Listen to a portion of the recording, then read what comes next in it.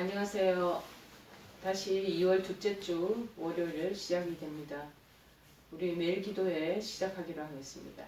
다 같이 사도신경으로 신앙을 고백합니다. 전능하사 천지를 만드신 하나님 아버지를 내가 믿사오며 그 외아들 우리 주 예수 그리스도를 믿사오니 이는 성령으로 잉태하사 동정녀 마리아에게 나시고 본디오 빌라도에게 고난을 받으사 십자가에 못 박혀 죽으시고 장사한 지 사흘 만에 죽은 자 가운데서 다시 살아나시며 하늘에 오르사 전능하신 하나님 우편에 앉아 계시다가 저리로서 산자와 죽은 자를 심판하러 오시리라. 성령을 믿사오며 거룩한 공예와 성도가 서로 교통하는 것과 죄를 사하여 주시는 것과 몸이 다시 사는 것과 영원히 사는 것을 믿사옵나이다. 아멘. 오늘 월요일 하나님께서 저희들에게 주시는 말씀을 보시겠습니다.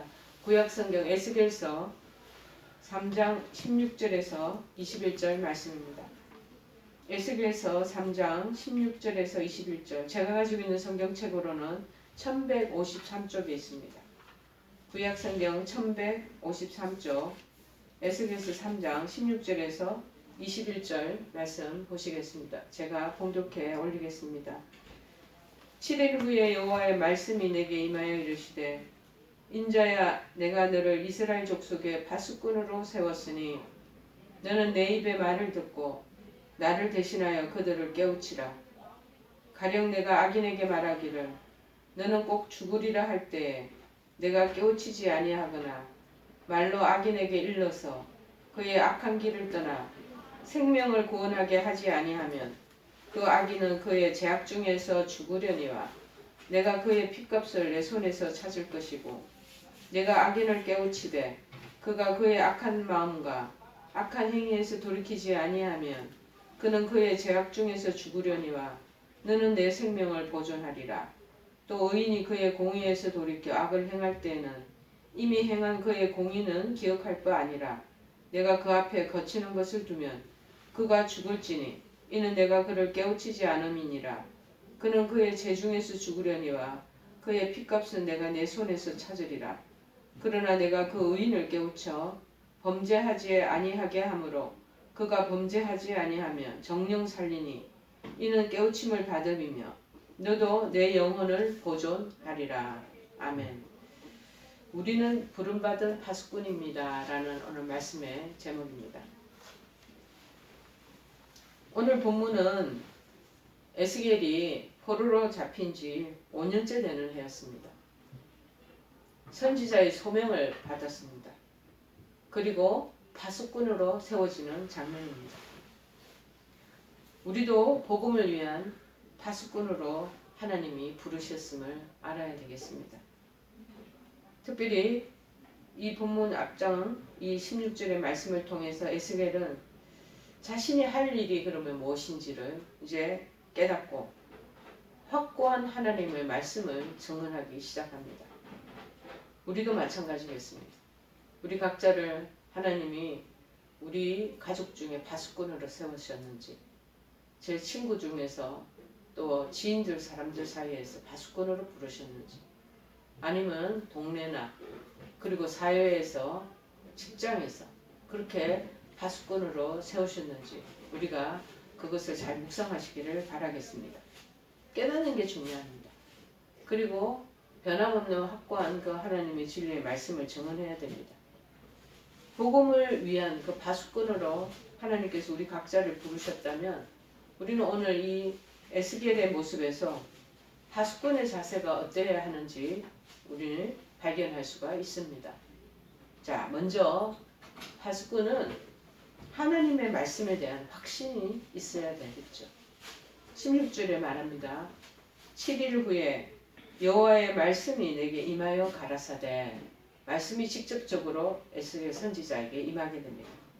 그래도 이 본문 16절 이전에도 에스겔이라는 선지자는 환상을 통해서 두루마리를 보게 되었습니다. 하나님의 말씀으로 그리고 충만한 경험을 하게 되었습니다. 그가 경험한 그 내용들을 에스겔은 에스겔서 3장 3절에 이렇게 고백하는 것이 기록되어 있습니다. 내가 먹으니 그 그것이 내 입에서 달기가 꿀 같더라. 그렇게 말.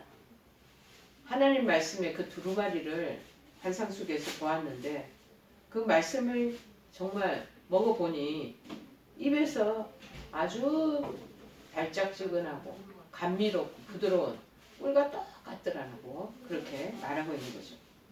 참 하나님의 말씀이 꿀 같아 라는 것 여러분 이해가 가십니까? 잠언 24장 13절에도 이렇게 기록되어 있습니다. 내 아들아 꿀을 먹어라. 이것이 좋으니라. 송이 꿀을 먹어라. 이것이 내 입에 다니라. 그렇게 말합니다. 주님께서 꿀을 먹으라고 권면하고 계시는 거죠. 좋은 먹거리죠. 좋은 먹거리를 우리에게 지금 권장하시는 것입니다. 여러분, 저도 가끔씩 꿀을 먹습니다. 그냥 생꿀을 이렇게 먹죠.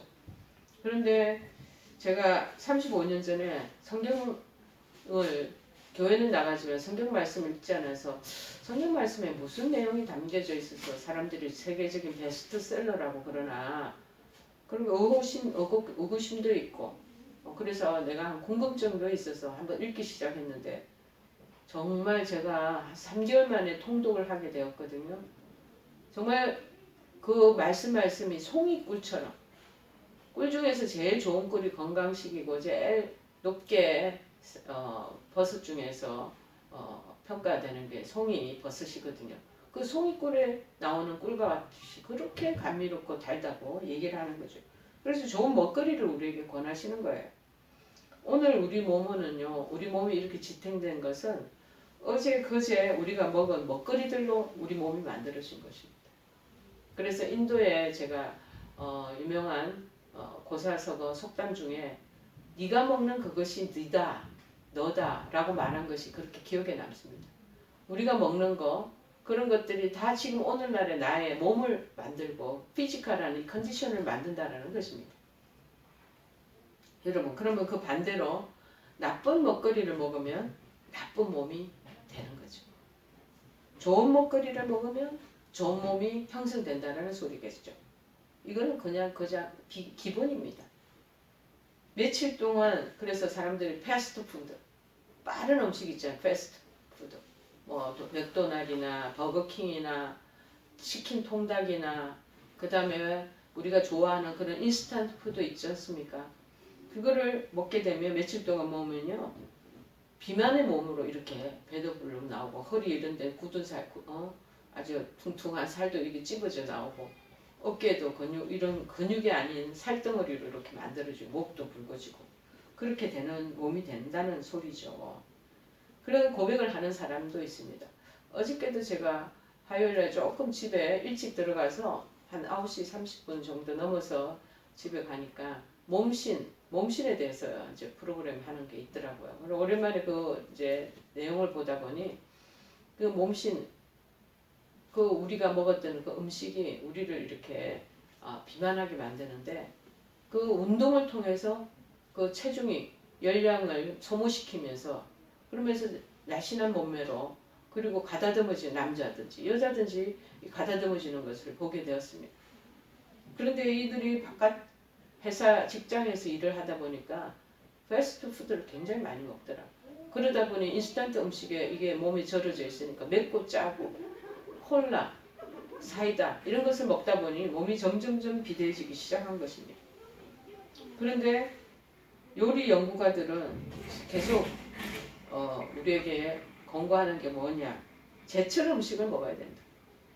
가을에 나오는 음식은 가을을 그때 생산되는 음식을 먹어야 되고 여름에 나오는 여름 거를 먹어야 되며 그렇게 해서 좋은 음식 거철거철이 나는 제철 음식을 먹으면 또 제철 과일을 먹으면 몸에 좋다고 나쁜 음식을 먹으며 건강하기를 바라는 것은 그거 허망한 것이다 라고 말하는 거죠. 기본 중에 기본은 뭐냐? 좋은 음식을 먹고 좋은 생각을 하고 그리고 운동하고 그러면서 건강하기를 바라는 것입니다. 그런데 주님께서는 꿀을 먹으라고 권하시네요. 좋은 먹거리, 좋은 음식을 먹으라 하고 그리고 건강하라 하시는 거예요. 가능하면 우리가 그래서 좋은 음식 먹고 건강 운동하면서 잘 지켜나가는 거는 전부 우리 사람들에게 아주 필수적이고 그거는 아주 중요한 것입니다. 그런데 성경이 단순히 이런 교훈을 하기 위해서 좋은 먹거리를 그리고 건면하기 위해서 성경에 기록해 놓지는 않았을 것입니다. 여러분, 건강하게 살라는 교훈은 아주 좋습니다. 근데 주님께서 단순히 건강한 몸을 가지라 하기 위해서 성경을 기록하여 놓지는 않았을 거라고 여겨집니다. 그렇다면 무슨 교훈이 여기 숨어 있을까요? 성경에서 말하는 꿀은 뭐를 얘기하느냐? 하나님의 말씀을 얘기합니다. 즉 하나님 말씀을 상징하는 것. 그 여기 안에 이 하나님 말씀이 바로 꿀이라는 것. 야, 참 오묘한 말씀을 하시네요. 다윗은 성경을 그래서 상고하면서 그 맛을 비유하기를 송이 꿀보다 달다라고 고백하고 있죠. 시편 19편 8절에서 10절 말씀 제가 봉독합니다. 여호와의 교훈은 정직하여 마음을 기쁘게 하고 여호와의 계명은 순결하여 눈을 밝게 하시도다. 여호와를 경외하는 도는 정결하여 영원까지 이르고 여호와의 법도 진실하여 다 의로우니 금 곧 많은 순금보다 더 사모할 것이며 꿀과 송이꿀보다 더 달도다. 10절에 이렇게 시편 19편 10절에 기록합니다. 그러므로 오늘 주님께서 꿀을 먹으라 하신 것은 음식을 먹고 건강하고 행복하게 잘 살아라는 그런 말씀도 되기도 하지만 한 걸음 더 들어가야 돼요. 더 나아가서 하나님 말씀과 교훈을 먹고 그런 영적인 삶의 건강함을 유지하라라는 말씀이기도 한 것이죠. 여러분, 이 성경 신약 구약을 합해서 66권이거든요. 여기 가득한 송이꿀보다 더 단꿀이 여기 들어있다는 거죠. 영적인 그 심볼로 상징으로 우리가 받아들여야 될 줄 믿습니다.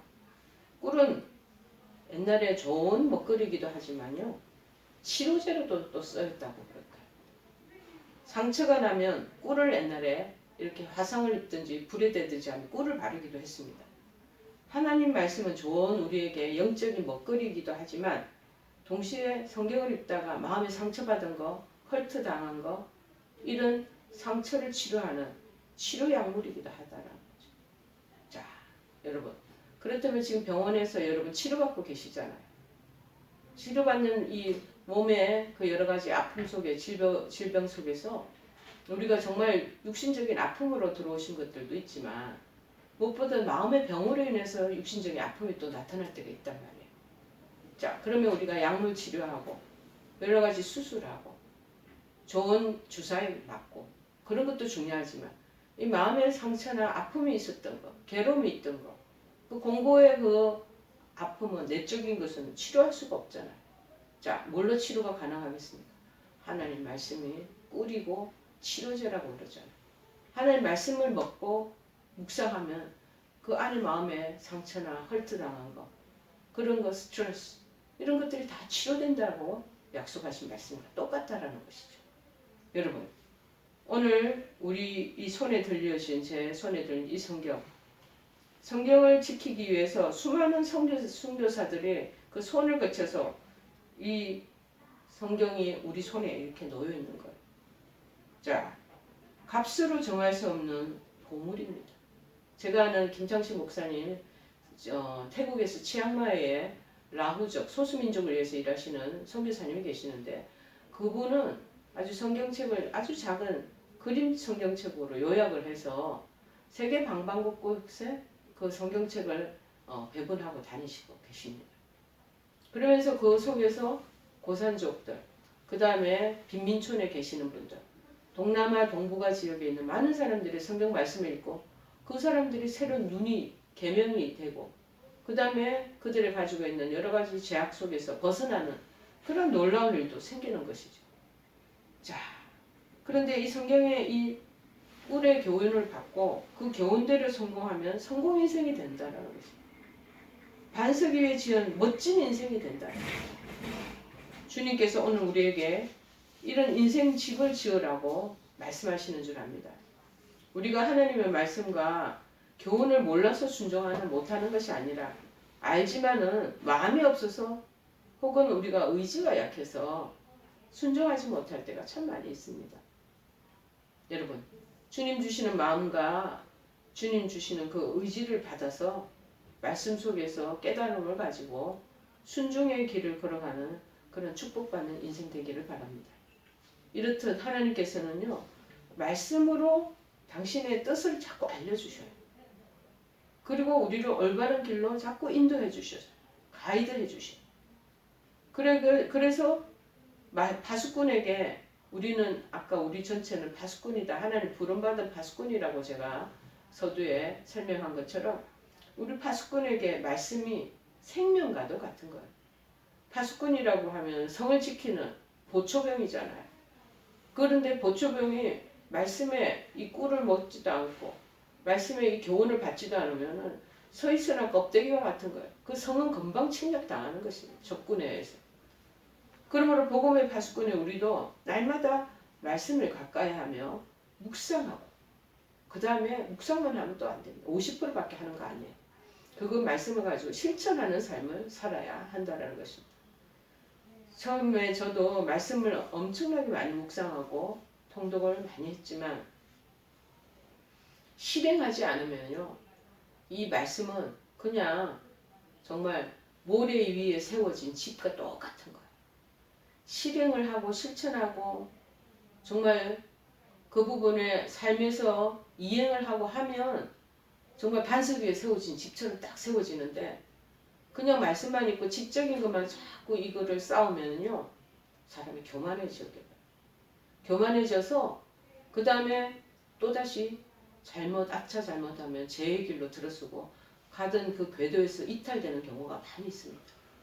교회 안에서도 목사님도 마찬가지고 장로님들, 직분자들, 성도들도 말씀을 읽고 듣고 계속 통독만 많이 한다고 되는 일이 아니에요. 그 말씀대로 지켜 사는 것이 굉장히 중요합니다. 이것이 밸런스를 잘 맞춰야지만이 넘어지지가 않아요. 근데 밸런스 맞추지 않고 말씀을 계속 읽고만 나간다면 그 다음에 어느 날인가 나도 모르게 그냥 넘어지고 그 다음에 진흙탕에 빠지게 된다는 거죠. 죄를 범하는 어려움에 처하게 된다는 것입니다. 저는 주변에 그런 사람을 너무나 많이 보고 있습니다. 또한 파수꾼은 뭐냐? 자신이 하나님께 사명을 받았음을 깨달아요. 17절에 이렇게 말합니다. 인자야 내가 너를 이스라엘 족속의 파수꾼으로 세웠으니 너는 내 입의 말을 듣고 나를 대신하여 그들을 깨우치라. 하나님께 중요한 하나님 일을 할 때는 가장 중요한 것이 뭐냐? 하나님께 내가 부름을 받았다는 그런 소명감이 있어야 된다는 거예요. 제가 그래서 제목으로 나는 부름받은 파수꾼입니다. 우리는 부름받은 파수꾼입니다 하고 딱 이렇게 못을 박잖아요. 그것은 무슨 뜻이냐면 우리가 목사님이나 선교사나 그 다음에 다른 믿음 좋은 사람들이나 파수꾼이지 나는 아니다라고 생각을 한단 말이죠. 그러면 우리가 가족 속에서 가족 공동체에서 아니면 혈족 관계에서 수많은 지인들이나 그리고 가족들을 만날 때 나의 이 파수꾼의 역할을 사명을 감당하지 못하고 그냥 그 부분에 대한 소명을 이룰 때가 많아서 정말 복음을 전하는 거 그런 것들을 허술하게 한다는 거죠. 그리고 그 부분에 대해서 인지하는 그 능력을 갖지 못하게 되는 거죠.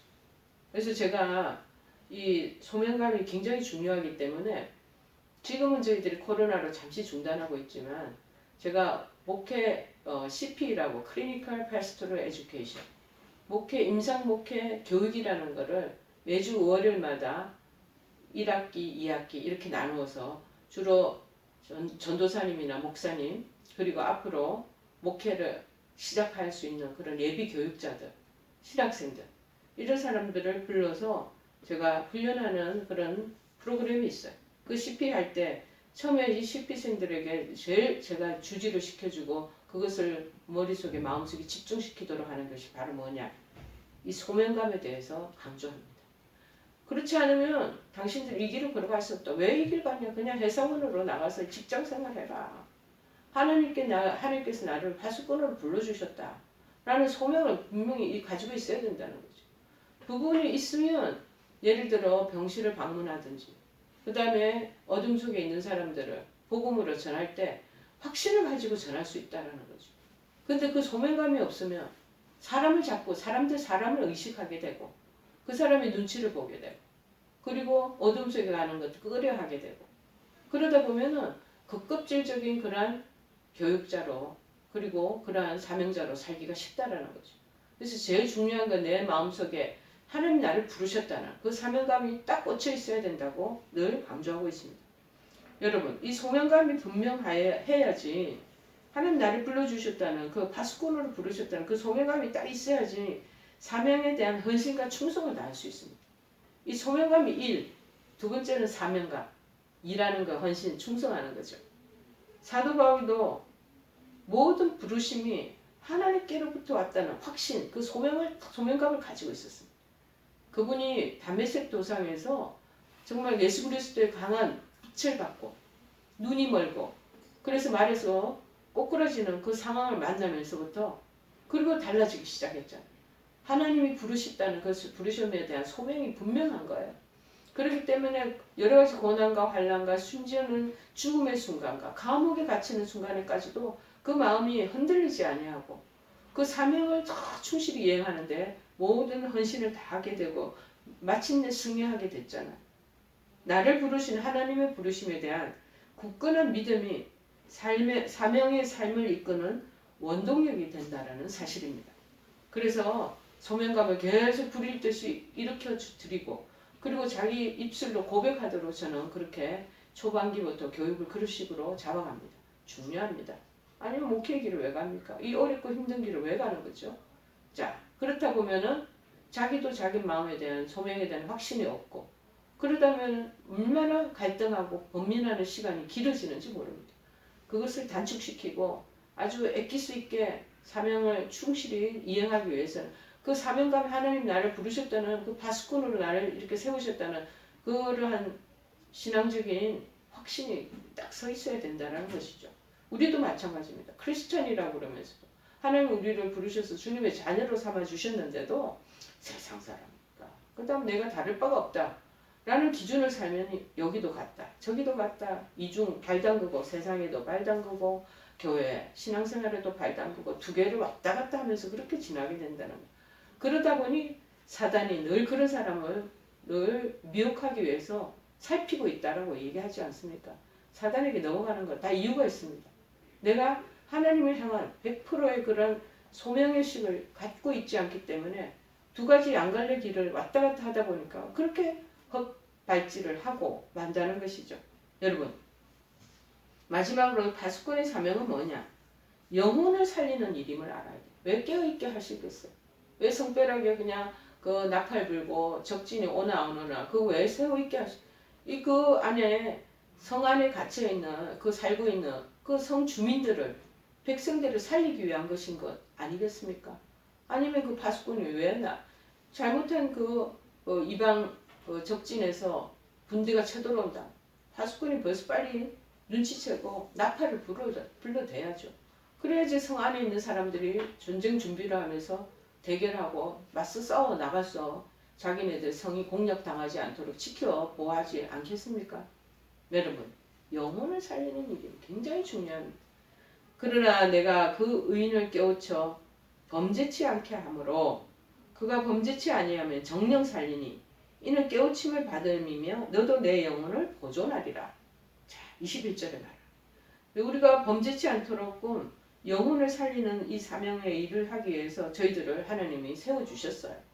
그런데 그러지 않고 그대로 내버려 두면 마찬가지로 그 사람도 죽고 우리는 또 파수꾼의 역할을 충실하지 않았기 때문에 우리도 같이 영혼이 멸망한다는 거죠.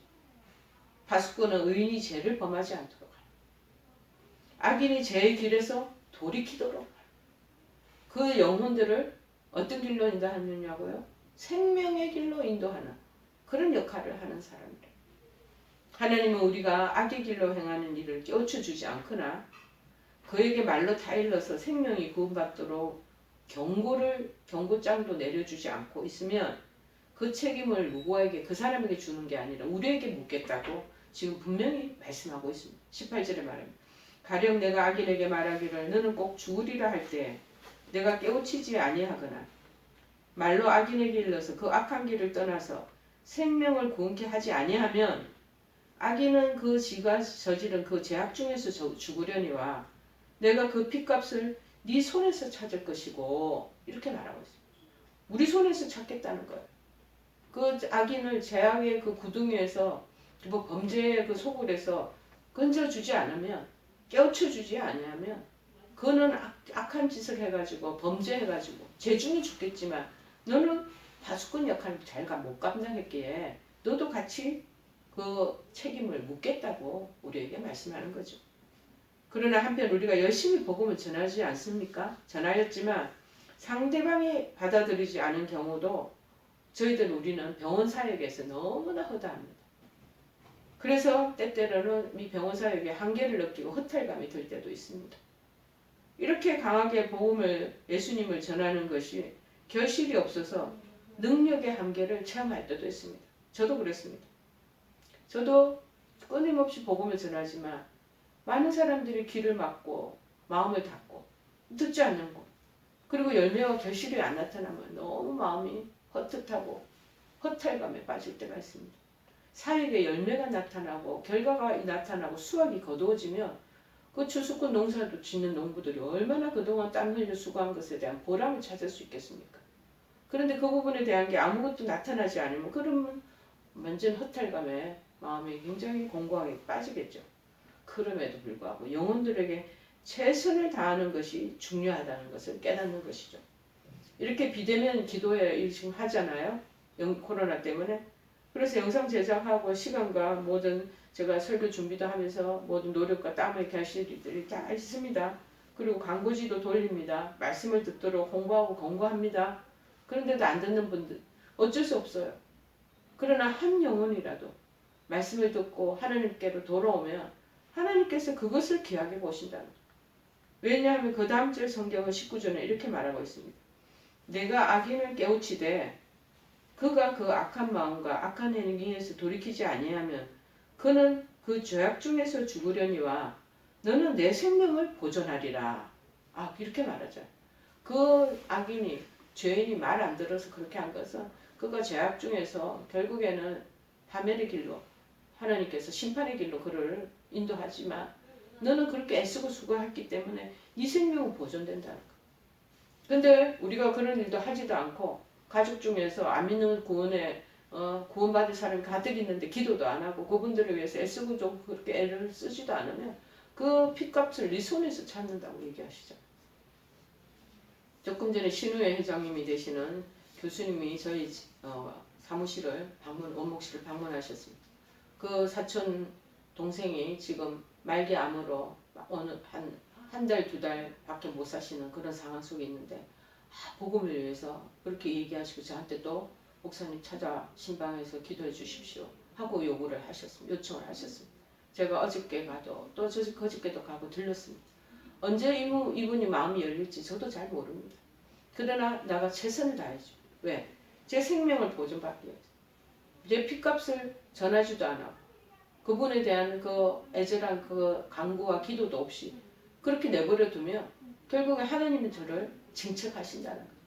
자, 그렇기 때문에 저는 최선을 다해서 그 사람이 안 받아들이고 그분의 선택이고 그분이 하실 일이지만 할 수 있는 대로 잘 최선을 다해서 그분을 설득하며 그래서 생명의 길로 들어오도록 제가 잘 애를 쓰는 거죠. 그러면 내 생명을 보존하게 하신다는 거죠.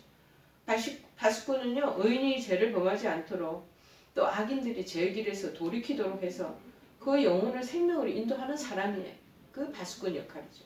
하나님 우리가 악의 길로 행하는 일을 깨우쳐 주지 않거나 그에게 말로 타일러서 생명이 구원받도록 경고해 주지 않으면 그 책임을 우리에게 묻겠다고 종전에 언급한 18절에서 분명히 말씀하셨습니다. 그러므로 파수꾼의 외침은 다른 이의 영혼뿐만 아니라 내 자신의 영혼이 살 수 있는 길인 것입니다. 하나님은 오늘도 우리에게 하나님을 대신하려 해서 깨우칠 영혼들을 보내주십니다. 혹시 영적인 무지와 영적인 게으름 때문에 그 영혼들을 놓치고 있는 것은 아닌지 돌아보시기를 바랍니다.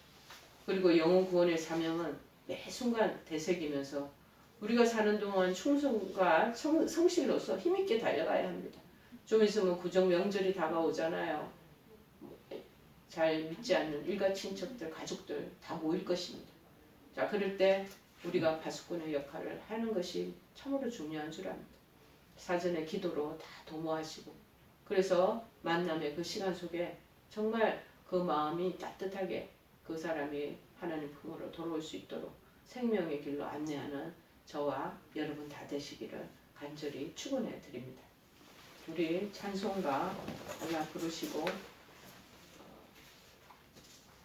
주기도문으로 멜기도 마칩니다. 582장입니다. 멜기도에 마치기로 하겠습니다.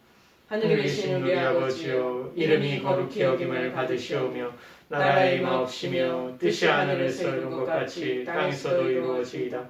오늘날 우리에게 일용할 양식을 주옵시고 우리가 우리에게 죄 지은 자를 사하여 준 것 같이 우리의 죄를 사하여 주옵시고 우리를 시험에 들게 하지 마옵시고 다만 악에서 구하옵소서. 대개 나라와 권세와 영광이 아버지께 영원히 있사옵나이다. 아멘.